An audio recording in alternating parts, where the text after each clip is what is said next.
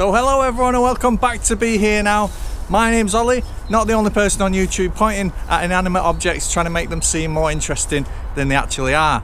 Now today I'm back in Manchester's Southern Cemetery, the famous Southern Cemetery, for my third visit, and I've still got so many people to find, so many graves to find, that it's going to be split up again into two videos. So let's commence with video number 5.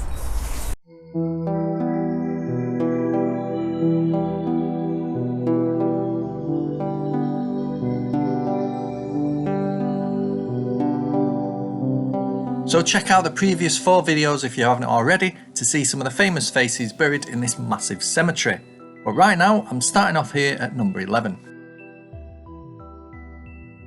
So far we've looked at the graves of pilots and poets and policemen and professional footballers and architects and engineers and other things that don't begin with the letter P. But I'm starting off today just down the road from John Ryland's grave and just off the centre circle where I started my first video. To look at this one, this simple looking slab.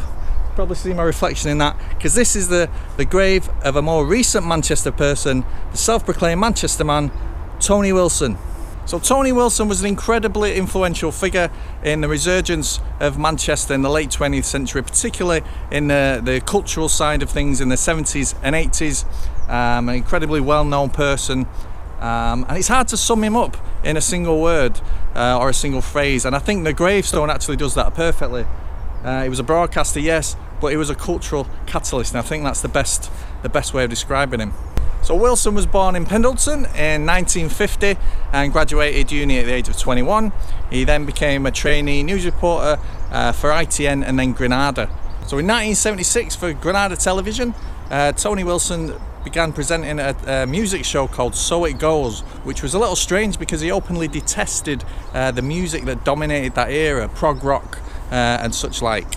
But it did give him a chance to attend one of the most significant moments in Manchester's cultural history. So in June 1976, the Sex Pistols played a gig, a small room above the Free Trade Hall in Manchester, displaying their own unique brand of British punk. An event Wilson attended and which he described later on as an epiphany. Also in the crowd that night, unknown to each other of course, were several other as yet unknowns, who would each play their part in the city's music scene in the coming years. Bernard Sumner and Peter Hook, who would go on to form Warsaw, then Joy Division and then New Order. Stephen Morrissey, who would go on to form the Smiths, and Mick Hucknall too. Sex Pistols, you can hear them warming up in the background even now. Wilson booked the Sex Pistols on the last show of his first series, which was their TV debut, and they were a hit. What Wilson particularly liked was that punk didn't seem to give a toss about rules and conventions. They literally did what they want with the music, whether it sounded melodic or not. So excited by this new wave of music, Wilson wanted to get more involved in the music scene and happened to meet a man called Robert Gretton, who is also buried in the Southern Cemetery. So let's go find his grave.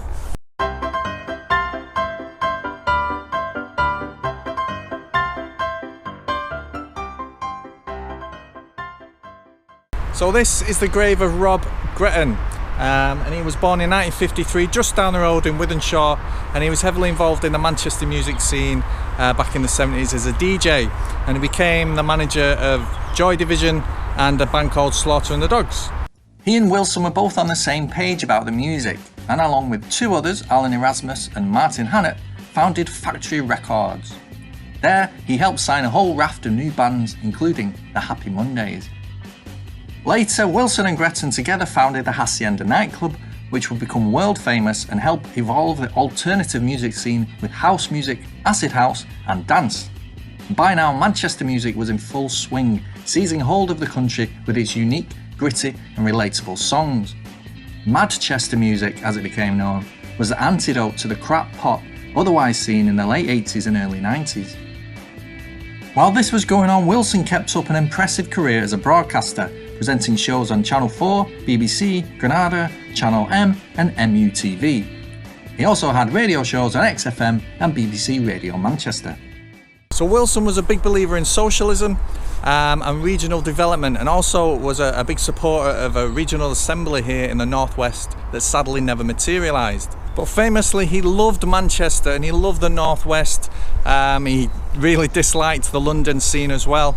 And the sound that was coming out of Manchester at the time was more influenced by Chicago and New York than anything that was going on down south.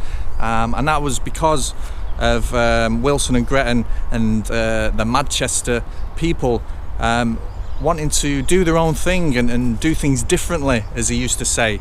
Now, he's also a notoriously difficult person to get on with. Many people describing him later as an egomaniac, and I'm sorry to say that in front of the man's grave. Anyway, the amazing thing about Tony Wilson is what he wasn't. He wasn't a musician, he wasn't a singer, he wasn't even a band manager. He was just a man who got things done. He started a club because he felt like starting a club. He felt like it was the time to do that. He started a record label because he felt like starting a record label. He was just a man. He was a cultural catalyst. And he's become synonymous with an era in which Manchester remade itself following decades of economic decline. An era known forever as the Madchester years. Tony Wilson died in 2007 from cancer. And Robert Gretton died sadly in May 1999 of a heart attack.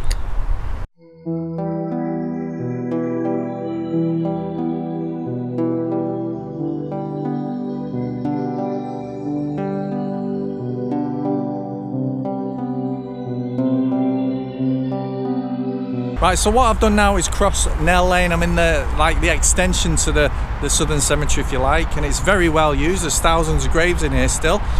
This busy road behind me is Princess Parkway, by the way, and I've come to find two more graves from that Madchester era. And the first one is this one. This is Martin Hannett, a famous record producer, otherwise known as Martin Zero, and he worked with the likes of the Buzzcocks, New Order and the Stone Roses. And he's buried here. Now there's another grave just over there. You probably can't pick it out, but we'll go have a look at that one. That is of a famous singer called Marcel King. So come on, let's go check that out.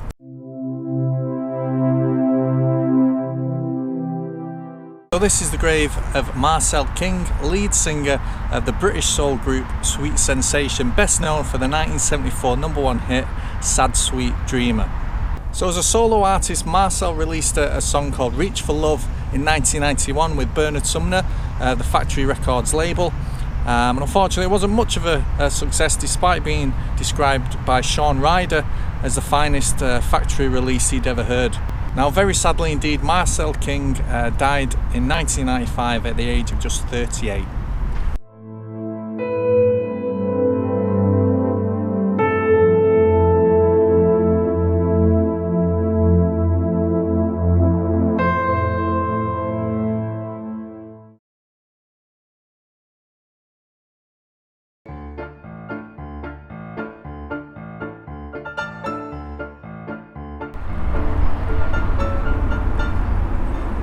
Right, so it's taken a bit of walking around aimlessly for a little bit, trying to find this grave. I'm in the Roman Catholic section. My fingers are freezing because it's January.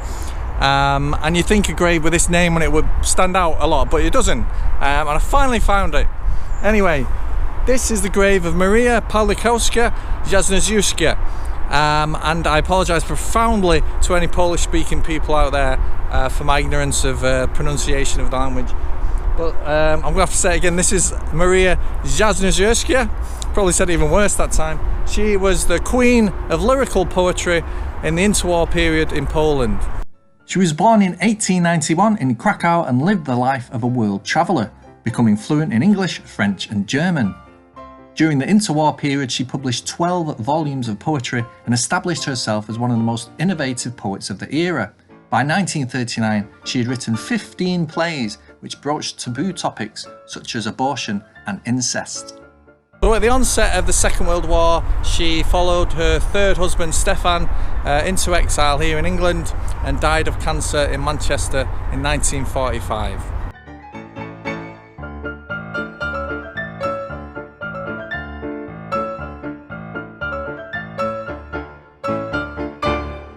So that's it for video number 5.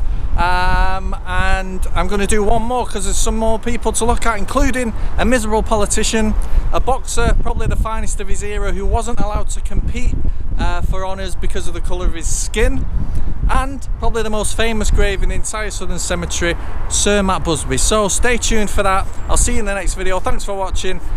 See you later. Bye.